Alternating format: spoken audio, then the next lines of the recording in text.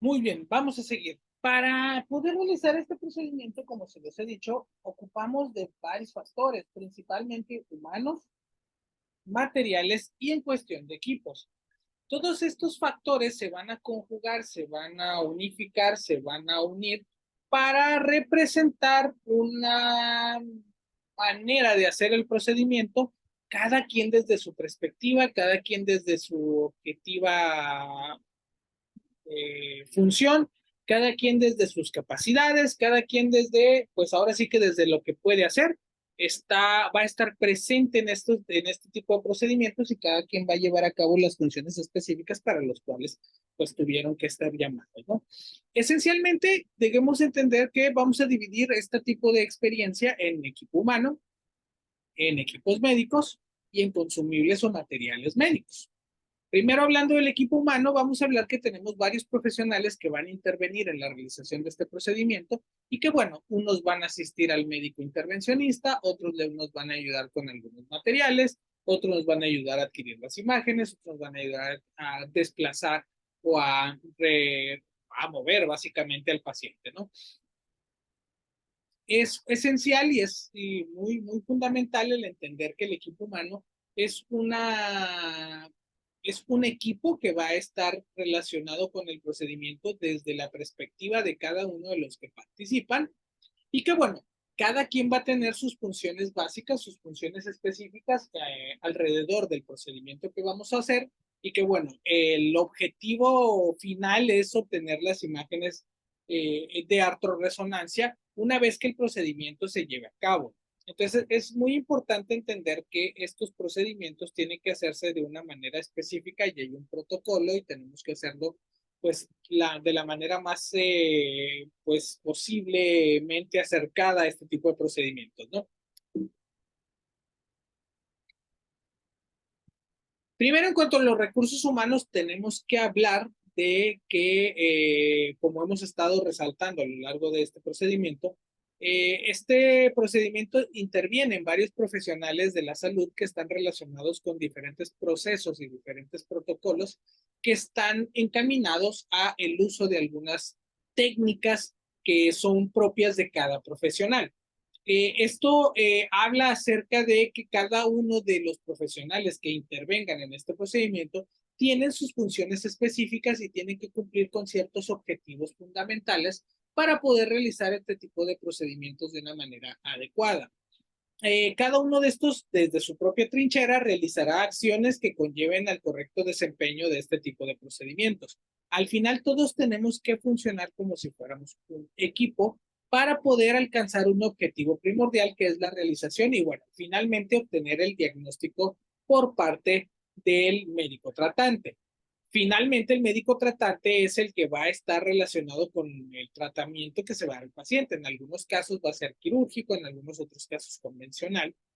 Pero bueno, ya contando con esta tecnología, ya contando con este tipo de estudio, pues tal vez el médico pueda obtener un norte más específico, pueda tener un poquito más de idea acerca pues ahora sí que de cómo está por ahí dentro de esta articulación y bueno, tener a lo mejor un mejor desempeño una vez que estamos realizando este, este tipo de procedimientos. Cabe señalar que todos los participantes en este procedimiento cobran relevancia y son importantes. Dependiendo de las funciones de cada uno, puede ser que esté asistiendo al médico, puede ser que esté detrás de la mampara en el equipo de fluoroscopía, puede ser que se encargue de movilizar al paciente, etcétera, etcétera. Es por eso que te menciono que todos los profesionales que intervengan en este tipo de procedimientos tienen funciones asignadas que, bueno, es obvio que necesitamos que cumplan de manera cabal. Es importante porque esto no solamente se refiere a la realización del procedimiento tal, sino de la obtención de los materiales, el poder tener todo a la mano, el tener los equipos funcionales, el en su momento poder trasladar al paciente sin contratiempos, los medicamentos necesarios, los materiales y consumibles, la técnica propiamente de punción para poder acceder a la estructura que estamos estudiando y muchas cosas más. Entonces, si te fijas, realmente no es una tarea tan sencilla. Tal vez no es una tarea titánica que yo lleve muchos años, y 10 años de experiencia y cosas así, tal vez no, pero sí es fundamental entender que, bueno, realmente tenemos una capacidad técnica mínima que tenemos que tener para poder realizar este procedimiento. No solamente es el hecho de que, bueno, pues me quiero hacer una resonancia. Ah, pues sí, ve a tal lugar para que te la haga. Pues no, realmente no es tan sencillo. Desde el punto de vista del abordaje, pues no todos los médicos radiólogos abordan este tipo de tópicos y bueno, los intervencionistas son los que nos van a ayudar a realizar este tipo de procedimientos. Al final de cuentas, la idea fundamental y bueno, lo que nosotros vamos a hacer como usuarios que manejan este tipo de tecnologías como la resonancia magnética es la obtención de las imágenes. Y esto no es causa de que digamos, ah, este estudio o bueno, esta persona hizo menos o esta otra hizo más. No, realmente habla de que todos en su ramo, todos en su función, tienen que hacer las cosas de manera correcta para que, bueno, al final de cuentas, este procedimiento se lleve a cabo de manera adecuada.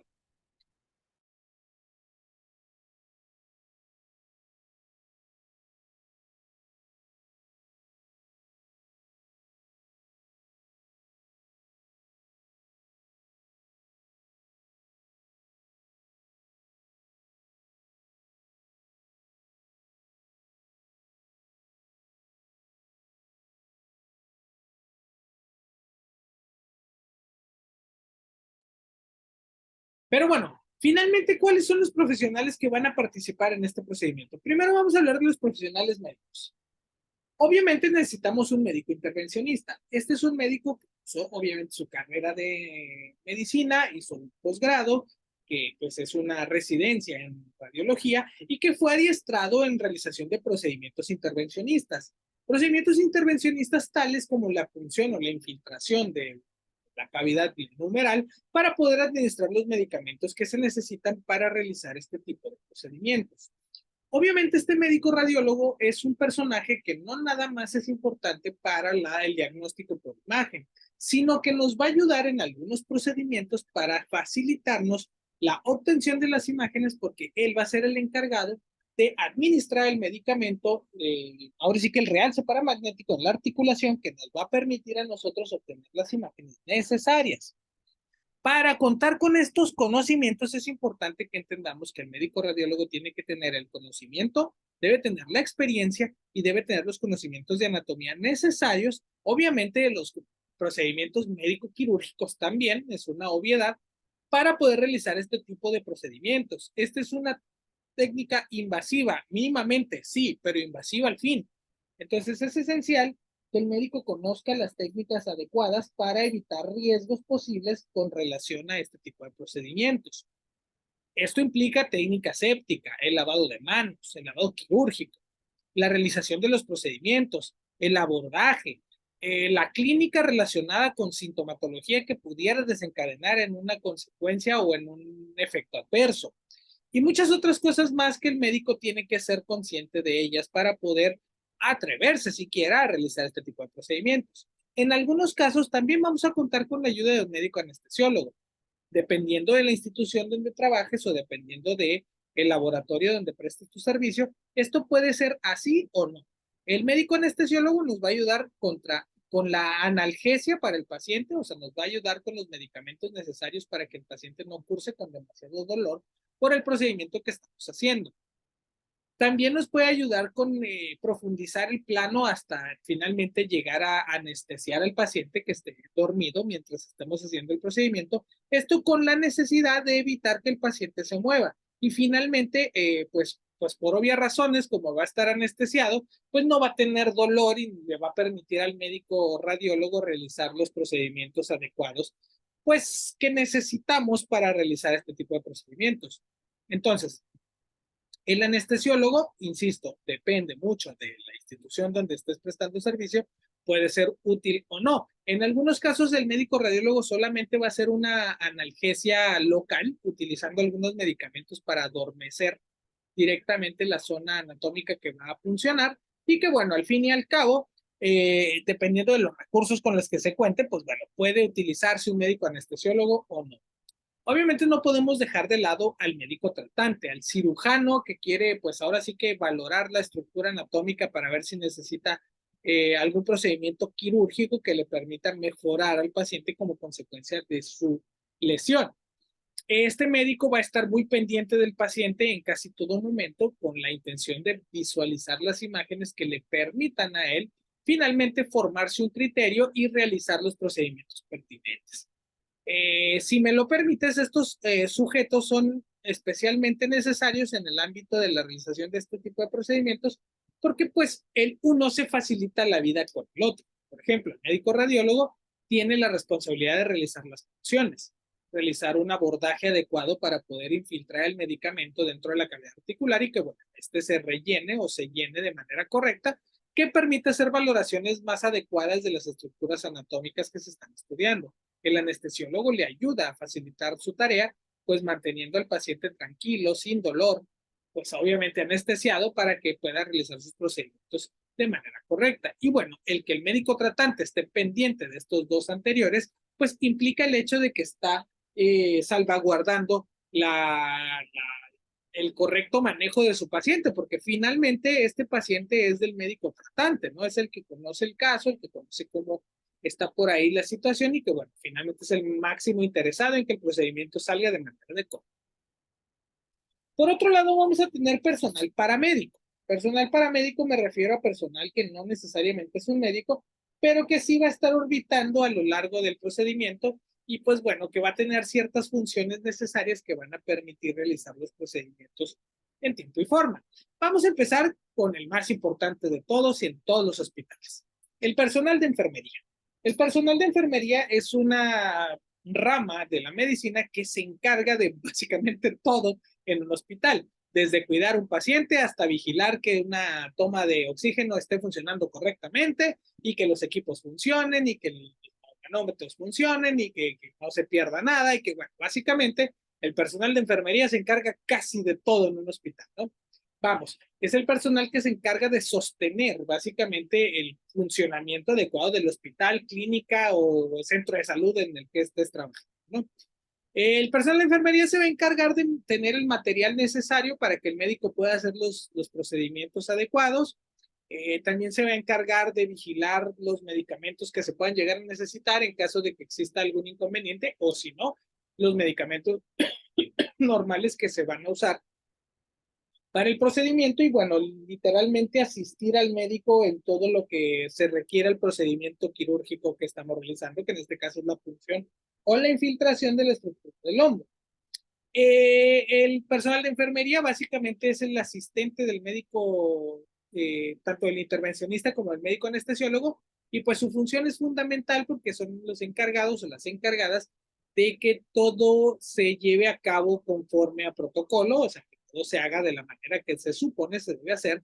Incluso en algunos casos se van a encargar de los llenados de las estructuras, perdón, de los documentos de autorización, los consentimientos informados, etcétera, etcétera, y pues llevar un expediente clínico y pues resguardar las solicitudes de cualquier tipo de estudios, los laboratorios que pues finalmente se le van a pedir porque ser un procedimiento quirúrgico. Y bueno, si te fijas, el personal de enfermería básicamente hace todo. O sea, realmente el personal de enfermería es una de las ramas de la medicina que se encarga de pues, muchísimas cosas.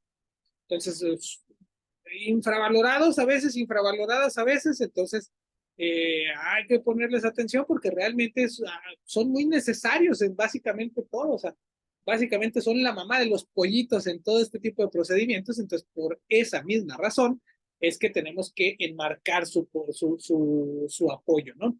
El personal de camillería, pues en caso de que necesitamos movilizar al paciente, recuerden que en algunos casos van a estar anestesiados los pacientes, y por ende vamos a necesitar por ahí de repente moverlos y simplemente llevarlos a las salas, pues lo vamos a hacer directamente en camilla o en silla de ruedas y bueno, una vez que ya esté funcionado, infiltrado el hombro con medio de contraste dentro de la cavidad articular, pues bueno, alguien nos va a apoyar a trasladarlo a la zona de la resonancia magnética, ¿no?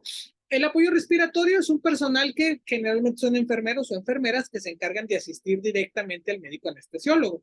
Ellos le proveen los circuitos de las máquinas de anestesia, los medicamentos de anestesia, por ahí jeringas, agujas, bueno, básicamente los materiales que pudiese llegar a necesitar el anestesiólogo y que, bueno, van a estar vigilando el correcto funcionamiento de las máquinas de anestesia, de los monitores, de los medidores de presión sanguínea, el oxímetro, puntas nasales, bueno, todo lo que se te puede ocurrir que pueda necesitar un médico radiólogo, perdón, un médico anestesiólogo, pues bueno, estos jóvenes de apoyo respiratorio son los que se van a encargar de eso.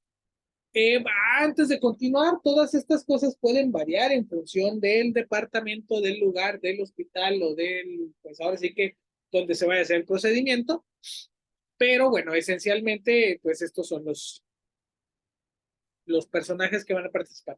Obviamente, ya por último, y no para dejarlos al final y no menos importante, pues los encargados de la adquisición de la imagen, ¿no? Los licenciados en radiología e imagen, los técnicos radiólogos o los técnicos superiores universitarios, finalmente ellos desempeñan una función vital en la realización de los procedimientos como este tipo, porque bueno, no nada más, probablemente no solamente manipulen la resonancia magnética para hacer el procedimiento una vez que ya esté contrastada la cavidad glenohumeral, perdón, sino es que también en algunos casos se van a encargar de ayudar a los médicos radiólogos con la obtención de imagen mediante radioscopía o fluoroscopía, como le quieras decir. Entonces, esencialmente estos personajes, como te digo, no por último son los menos importantes, son los que finalmente nos van a ayudar a adquirir las imágenes que se necesitan en este caso.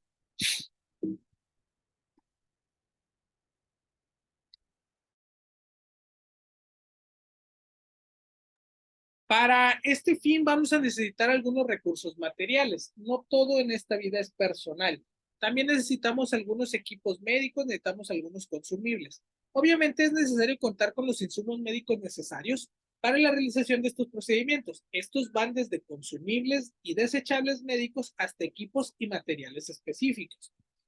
La función específica de estos recursos materiales es proveer las necesidades técnicas que se necesitan para realizar el procedimiento. Insisto, esto va desde jeringas, agujas, gasas, hasta resonancia, fluoroscopía, camillas, máquinas de anestesia, etcétera, etcétera. Estos recursos materiales son fundamentales porque vamos a hacer uso y vamos a necesitar todos este tipo de cosas para poder llegar al fin práctico que necesitamos. Vamos, si no contamos con una fluoroscopía, probablemente podamos sustituirla, por ejemplo, con un ultrasonido, pero si no tenemos ultrasonido y fluoroscopía, no vamos a poder hacer el procedimiento. Si por el contrario no tenemos resonancia magnética, pues por obvias razones no vamos a poder hacer el procedimiento. Entonces, estos recursos y consumibles son sumamente importantes y son vitales para la obtención de los distintos procedimientos porque finalmente son los recursos técnicos que nos permiten obtener las imágenes y obtener ahora sí que, pues, los recursos necesarios, tanto de imagen como técnicamente, para poder realizar nuestro procedimiento. Vamos, el uno es complemento del otro y no quiere decir que uno sea más importante que el otro, sino que simplemente se necesitarán todos los recursos necesarios para realizar los procedimientos de manera expedita y bueno, obviamente que todo esté funcionando de manera correcta.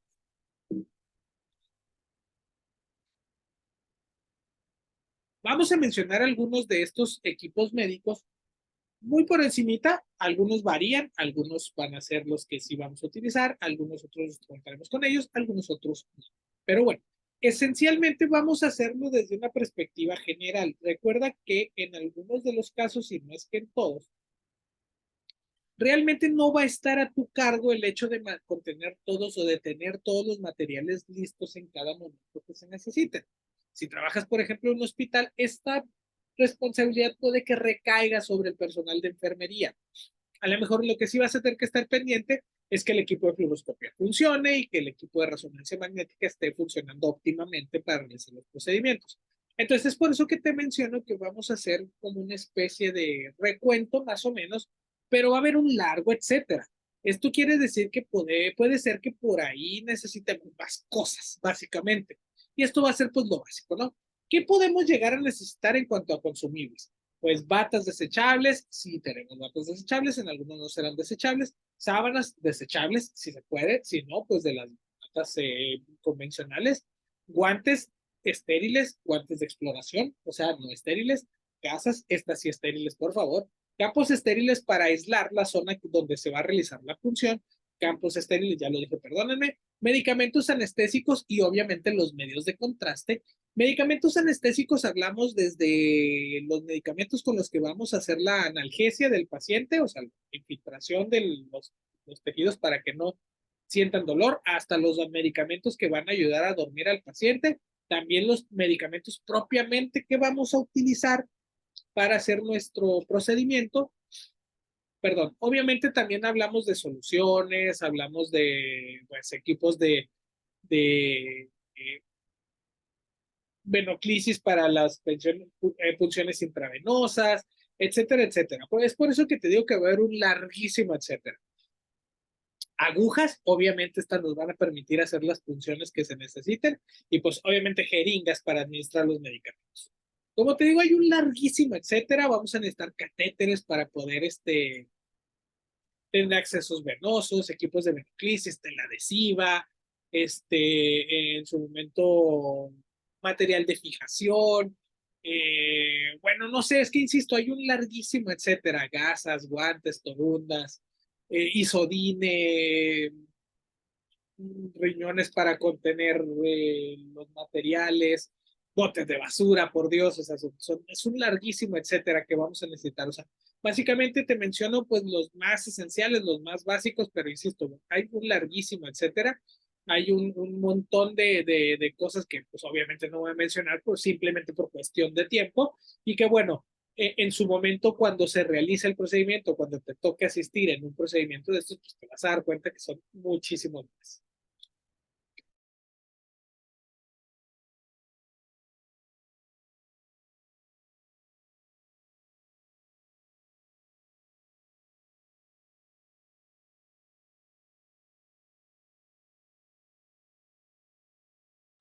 Bueno, en cuanto a los equipos, vamos a estar hablando, pues obviamente de la resonancia magnética, el dispositivo que nos va a ayudar a adquirir las imágenes ayudadas por un imán.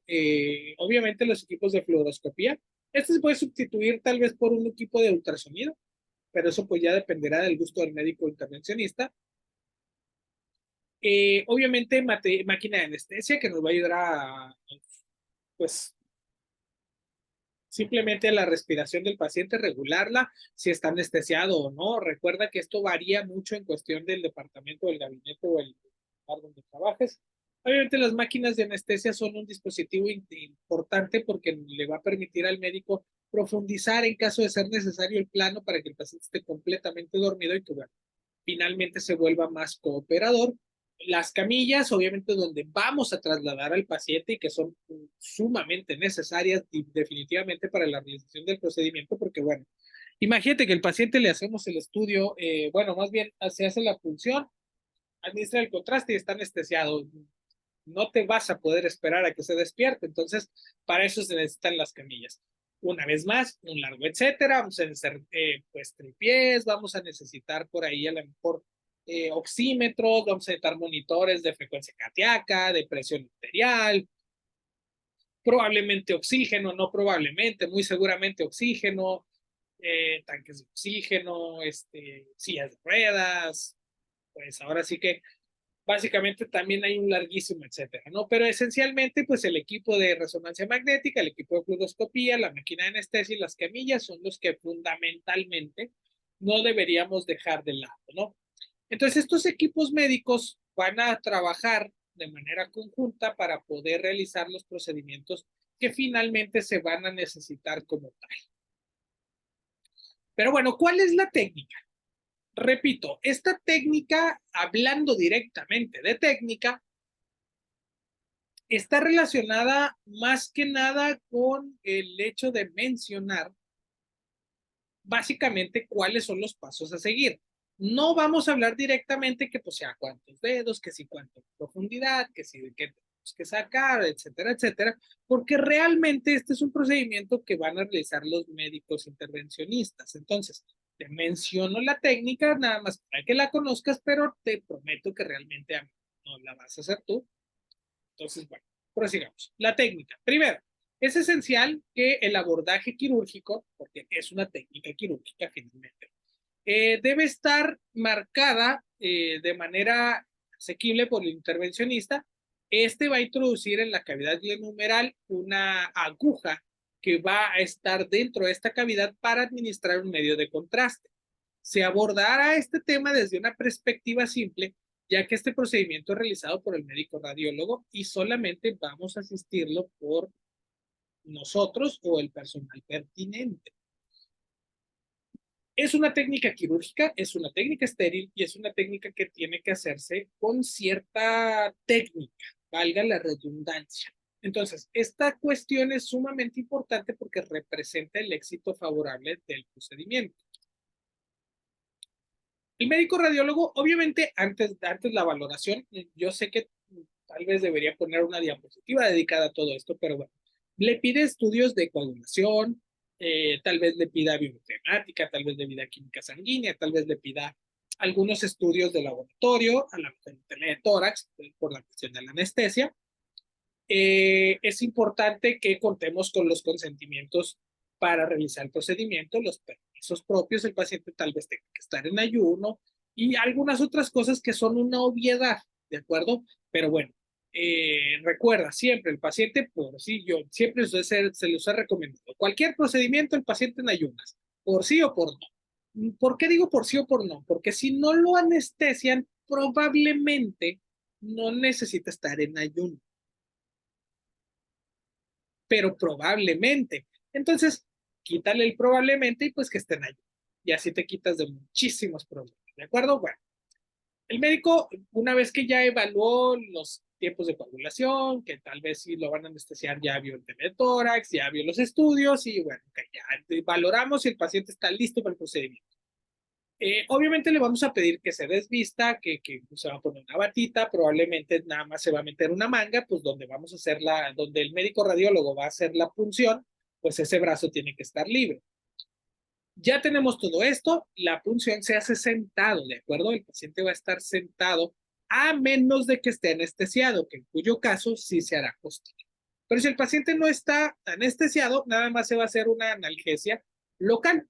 Vamos a poner va a poner el doctor un medicamento analgésico en esa zona y nada más. Si está anestesiado, pues en ese caso sí estará dormidito acostado. Vamos a obviar todos esos pasos. Obviamente, el médico tiene que hacer asepsia y antisepsia con técnica estéril para posteriormente localizar la porción posterior o anterior, según elija el médico, la región subacromial. O sea, si te tocas en el hombro, más o menos a la altura de donde estaría el húmero y el músculo deltoideo, tenemos el proceso subacromial.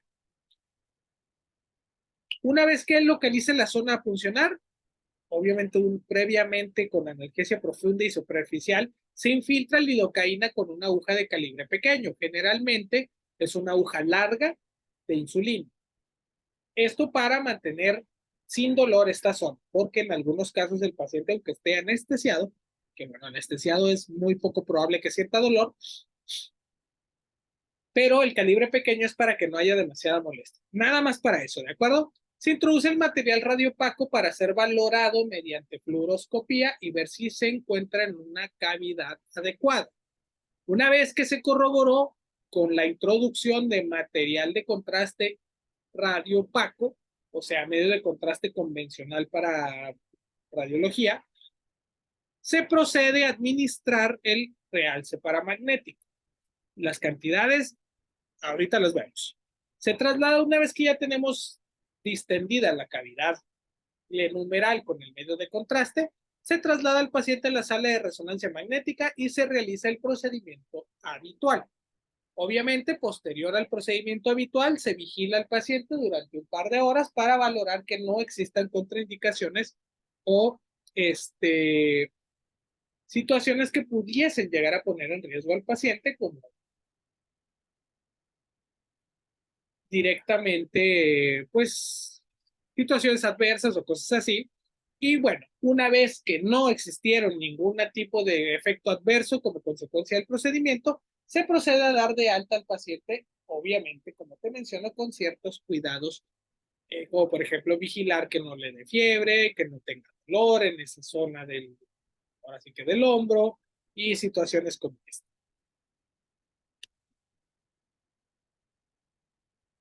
Primero, una vez ya, este es el procedimiento estándar, pero hay un pero bien grande. Un pero bien grande que está relacionado con el propio protocolo. Eh, Hay que mencionar siempre que necesitamos un estudio de base. Vamos, no necesariamente se hace un estudio de resonancia magnética artroscópica como estudio de base. Previamente tendríamos que hacer un estudio de resonancia magnética de hombro con artroscopía indirecta. Esto quiere decir que vamos a administrar medio de contraste vía intravenosa y vamos a hacer nuestro protocolo de estudio general, como lo haríamos normalmente en un hombro, para valorar ciertas estructuras. Esto para poderlas comparar con una artroscopía por resonancia magnética. Posteriormente, una vez que ya realizamos la resonancia magnética de hombros simple con contraste, utilizaremos ahora sí el procedimiento antes mencionado, de acá, este de aquí, para poder hacer la artroresonancia.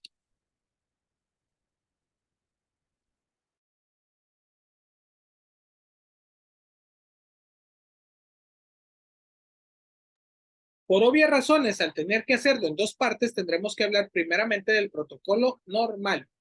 Se hará una adquisición en tres planos en las distintas ponderaciones que ya hemos hablado. Esto es mucho a gusto del médico radiólogo.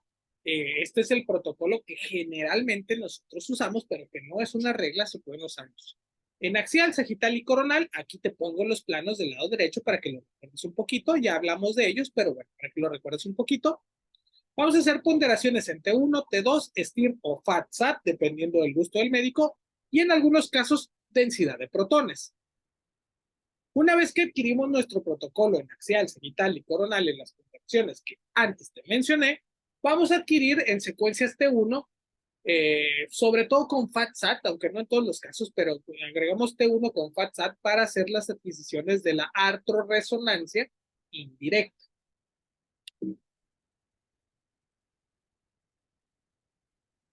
Te recuerdo un poquito el protocolo, creo que ya lo hemos visto, pero bueno, si no es así, si se te olvide, cortes de 3 por 1, 3 cortes de 3 milímetros con una separación de 1, filovio de 16 a 20, esto puede ser más, puede ser menos, dependiendo del plano, los cortes irán de atrás hacia adelante, de derecha a izquierda y de arriba a abajo.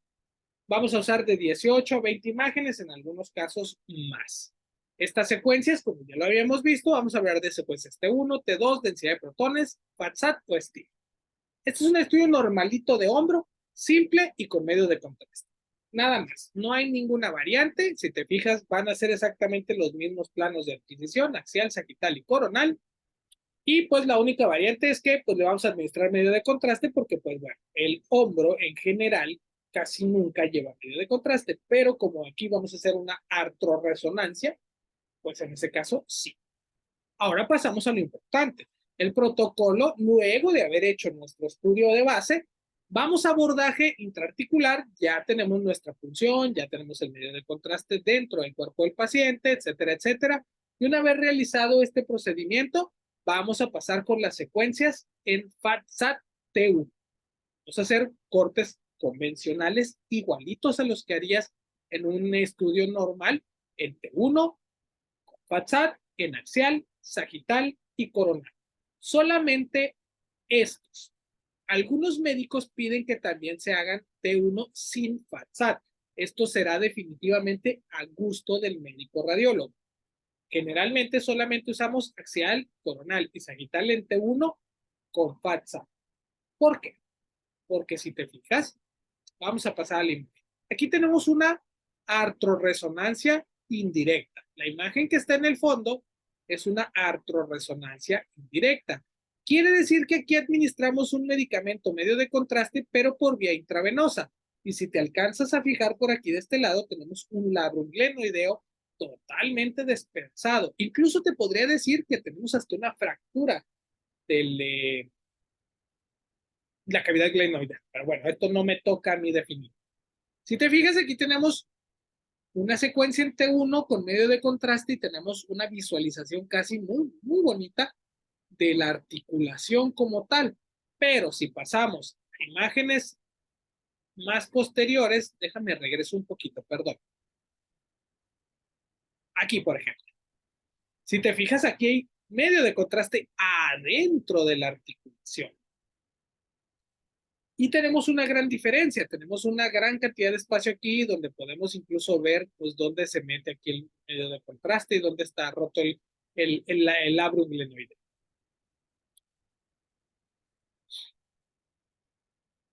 Es por eso que vamos a usar el mismo protocolo, básicamente, nada más que con la diferencia de que ahora vamos a tener medio de contraste dentro de la articulación. Vamos a hacer el mismo protocolo, 3 milímetros de corte por 1 de separación, de 16 a 20 en filoview. Ya hablamos de que dependiendo del plano, en el plano transversal, los cortes van a ser de arriba a abajo, en el plano sagital, de derecha a izquierda, y en el plano coronal, de atrás hacia adelante. Vamos a usar de 18 a 20 imágenes. Esto dependiendo, obviamente, de la distensión que tengamos de la cavidad articular.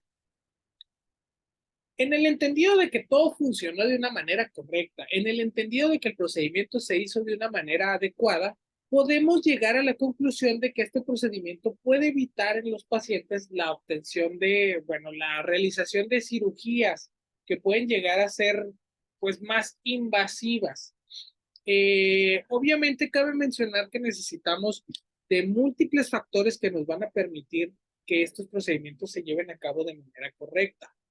Personal, maquinaria, materiales, todo este tipo de cosas deben funcionar como un relojito de manera correcta para que pues al fin y al cabo tengamos el resultado necesario. Y pues finalmente el beneficio final o la utilidad final de este tipo de procedimientos pues es que el paciente tenga un diagnóstico preciso que le permita tener un pronóstico mejor a su enfermedad. Bueno, por mi parte esto sería todo. Espero que haya sido un poquito interesante y adecuado al respecto de este tipo de procedimientos. No pongo muchas imágenes porque realmente, pues básicamente nuestro estudio se va a realizar y se va a planificar de una manera exactamente igual a como haríamos una resonancia de hombro convencional. No hay ninguna especie de cambio y por eso creo que las imágenes que se pusieron de fondo pues son más que ilustrativas. Recuerden que la clase va a estar grabada y la vamos a subir a YouTube. No duden en hacerme preguntas en caso de necesitarlo. Dejen un comentario por ahí, un me gusta. Y para seguir haciendo videos como estos, pues más seguido durante la semana. Que tengan excelente noche. Nos vemos en la próxima clase. Hasta luego.